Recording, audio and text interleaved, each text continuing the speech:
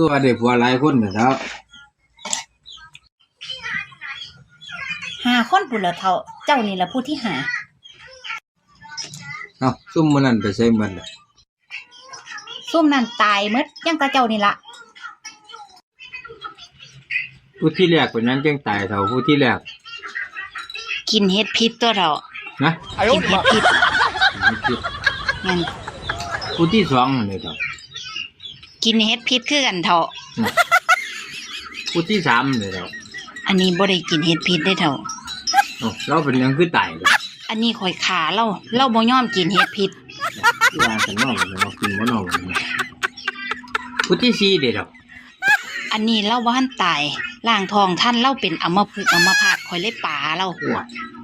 โอ้ยขนาดเราเฮ็ดหยังกินกันน่ะเท่ามื้อเนี่ย แจงเฮ็ดเท่าแจงเฮ็ด